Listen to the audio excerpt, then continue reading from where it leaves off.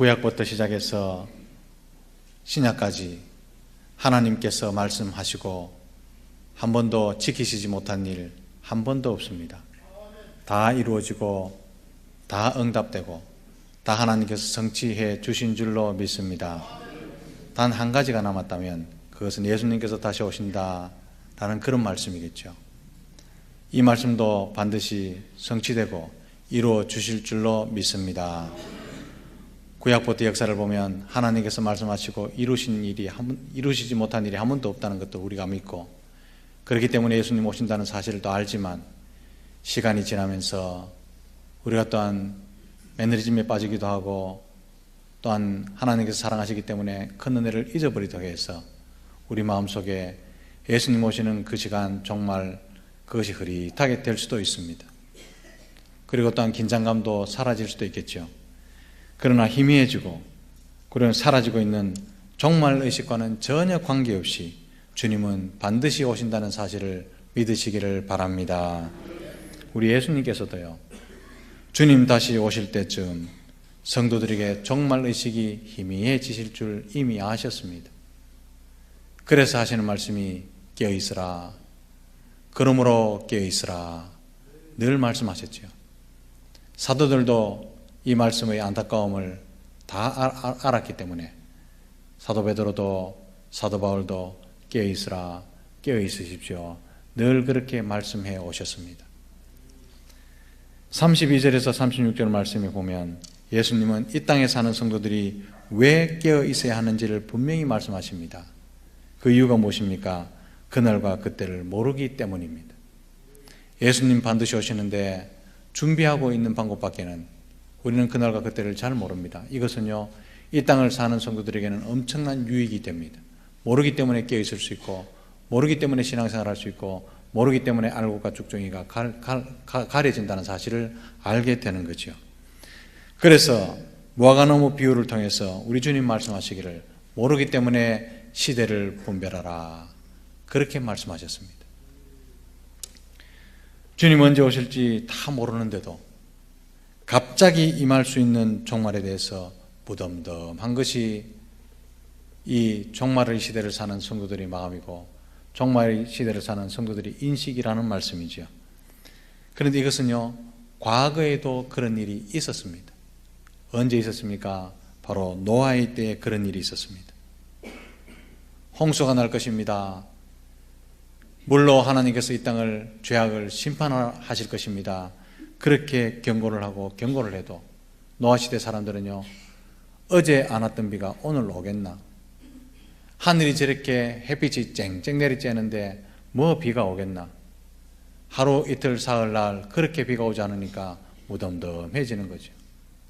홍수가 난다고 경고를 하고 홍수가 난다고 멸망당한다고 그렇게 말씀을 했음에도 불구하고 사람들은 먹고 마시고 장가들고 시집가고 있었답니다. 예수님께서 노아의 때를 말씀하신 이유는 종말 현상의 번복이기 때문에 그렇습니다. 다시 말해서 주님이 다시 오실 때 시대적 상황과 종말에 대한 인식이 노아의 때와 똑같을 것이다, 그런 말씀이죠. 37절 말씀에 노아의 때와 같다, 이 말씀은요, 우선 여러 가지 의미가 있겠지만 우리가 간과하지 말아야 될 중요한 사실은 노아가 세상 끝에 사는 성도의 모델이다, 이런 의미가 있습니다. 노아가 구원받은 것은 배를 만들었기 때문이다, 또한 배에 올라탔기 때문이다, 배를 가졌기 때문이다, 그게 아닙니다. 노아가 구원받은 것은 말씀을 믿고 순종했기 때문임을 기억하시기를 바랍니다. 이게 노아가 구원받은 이유죠. 노아의 믿음은요, 대단한 것이었습니다. 위대한 믿음이었습니다. 왜냐하면 믿을 수 없는 것을 믿었기 때문에 그렇죠.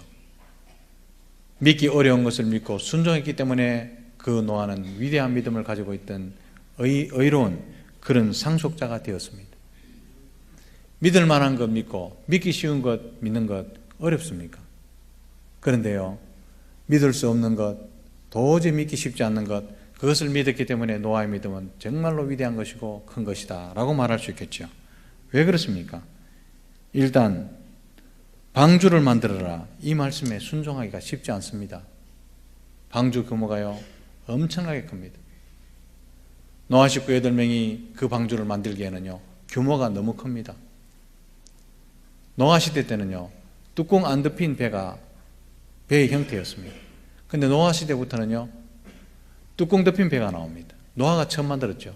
그때 만드는 이야기, 그 배가 배선자, 선박이라는 것이 거기 처음 나옵니다. 그리고 창세기 6장 14절에서 16절 말씀 보면 그 노아 방주의 규모가 엄청납니다. 규빗, 손끝에서 발꿈치까지 그 규빗을요 오늘날 메타로 환산하면 그 길이가 135m입니다. 그리고 그 폭은요 23m입니다. 높이는 13m, 3층 높이죠. 이걸 노아와 그의 세 아들 햄과 셈과 함과 야벳과 그리고 노아의 아내와 세 며느리들이 다 짓기는 무척 힘들죠. 135m의 길이에 23m의 폭에 높이가 13m라면 그 8식구가 여성이 4명이나 끼어 있는데 얼마나 실천하기가 힘들겠습니까?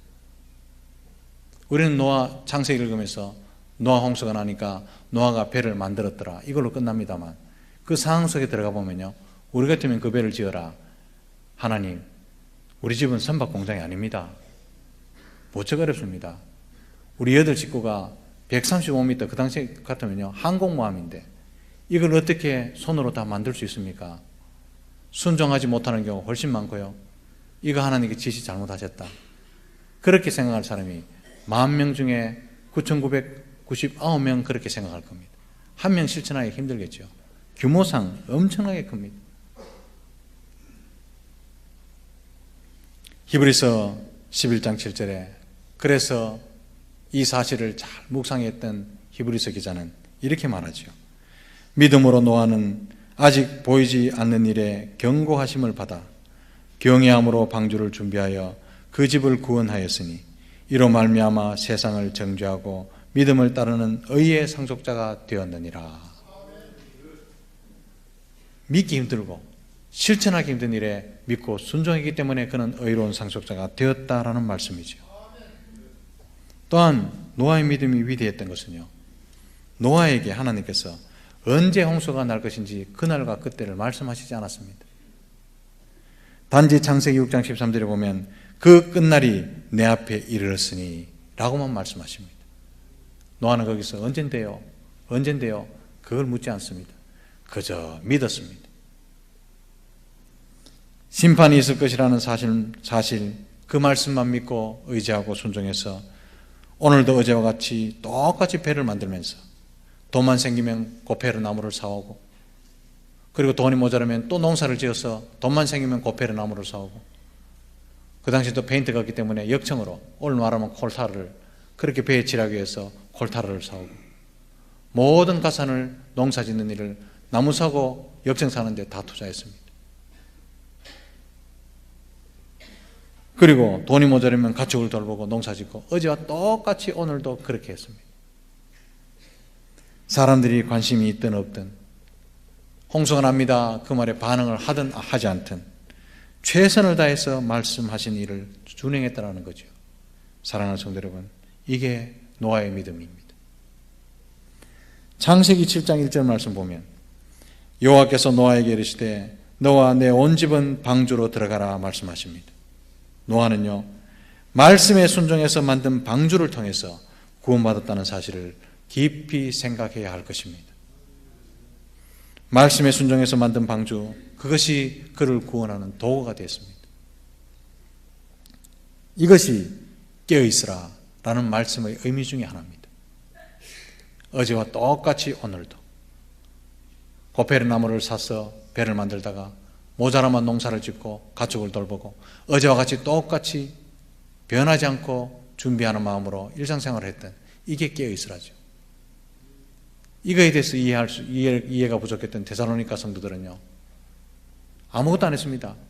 그래서 그 교회는 실업자, 노는 사람이 너무 많았습니다. 그래서 자기 손으로 일한 대로 먹으라. 이 데살로니가 전서에 나오는 이야기죠. 노아는 그렇게 깨어있지 않았습니다. 어제와 똑같이 오늘도 농사 짓고 가축 돌보면서 돈만 생기면 고페르 나무를 사와서 배를 만드는 일. 거기 깨어 있으랍니다. 그날과 그때는 모르지만 상황과 여건이 어떠하든지 믿고 말씀에 순종하는 사람이 구원 얻는 것이 노아의 때와 같다. 그 말씀입니다. 그리고 종말에 대한 사람들의 인식도 노아의 때와 똑같다는 의미가 있습니다. 노아는요, 그 당시에 모르는 사람이 없을 만큼 유명인사가 되었을 겁니다.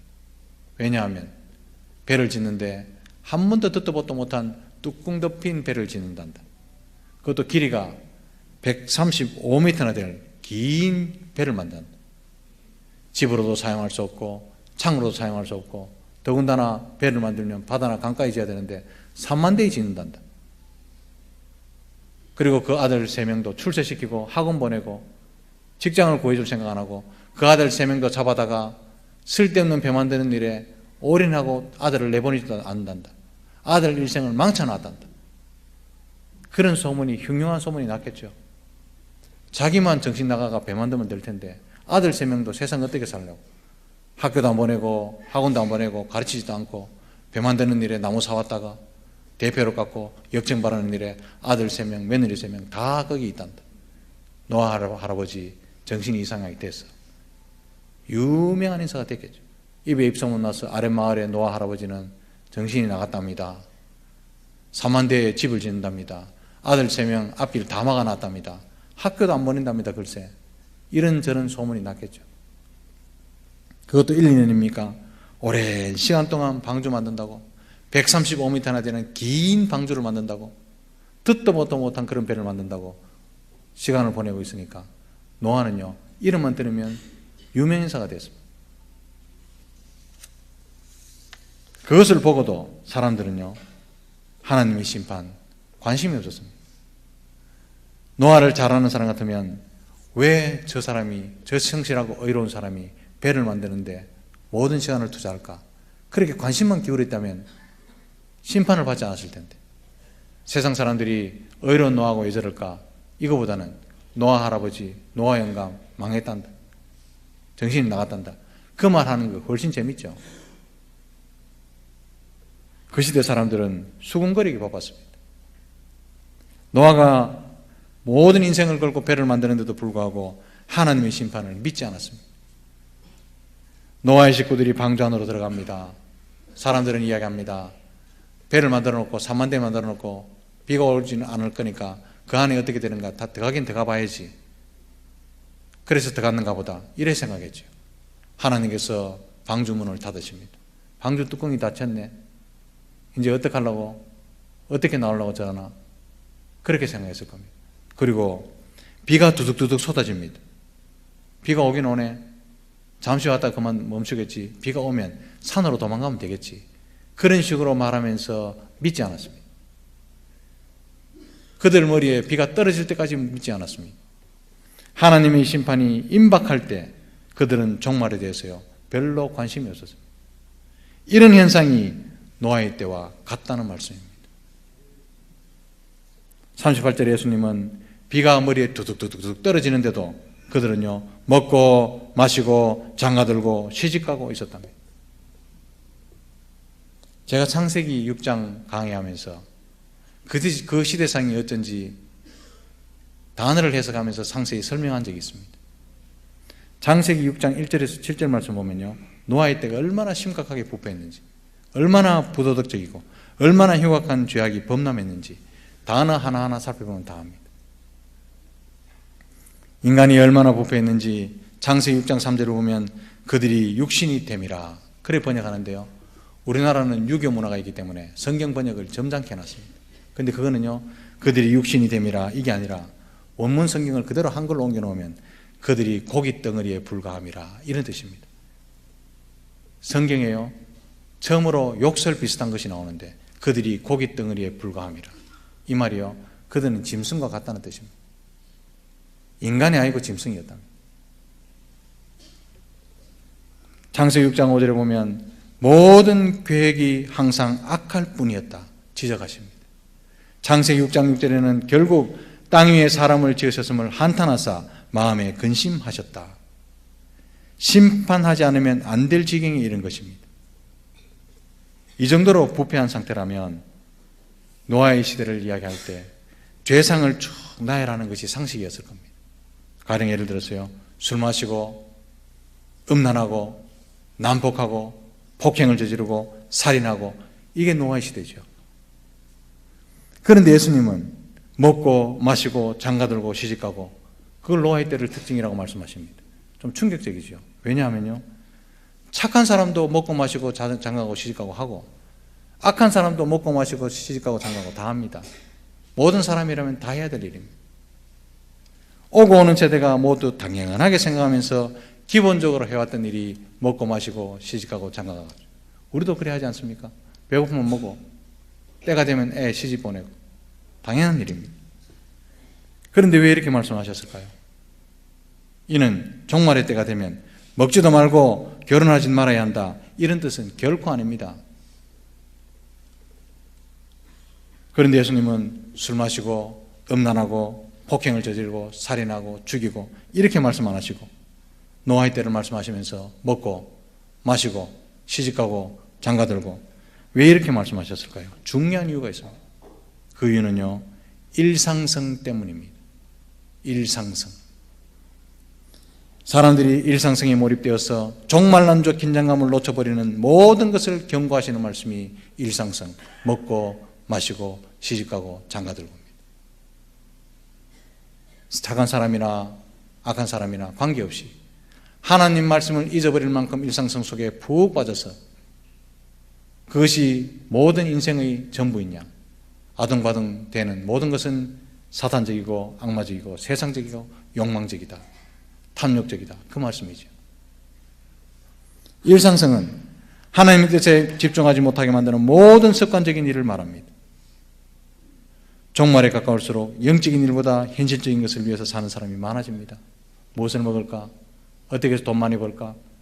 우리 애 시집 갈 때 됐는데 좋은 사람 좀 소개시켜 주십시오.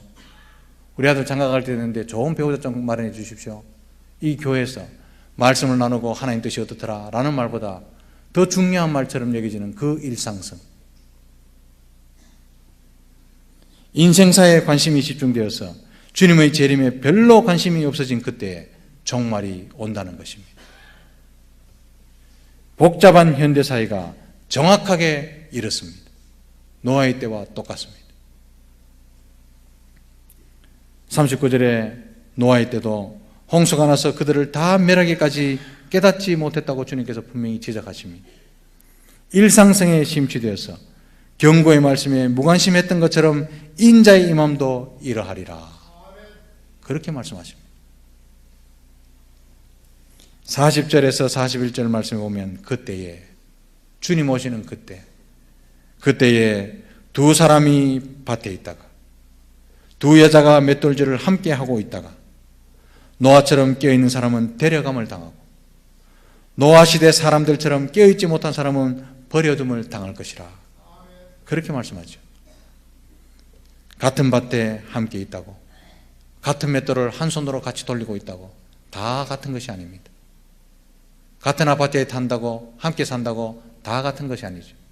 조금 더 심각하게 이야기하자면 다 같이 한 교회에 함께 모여서 있다고 다 같은 것이 아니다, 이 말씀입니다. 그러므로 깨어있으라, 그러므로 깨어있으라 말씀하십니다.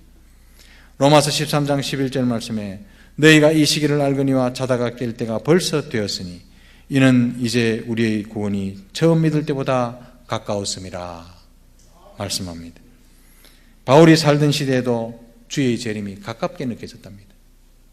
2000년 전인데 바울이 살던 시대에도 주의 재림이 가깝게 느껴졌다면 우리가 사는 이 시대는 말해서 뭐 하겠습니까? 사랑하는 성도 여러분, 종말의 특징 중에 하나가 무엇인 줄 아십니까? 종말의 특징 중에 하나가 갑자기입니다. 갑자기. 그 때문에 주님은 깨어있으라고 분명히 말씀하셨습니다. 종말이 갑작스러운 일이 되지 않도록 늘 깨어서 준비하시는 저와 여러분들이 다 되시기를 주님의 크신 이름으로 축복합니다.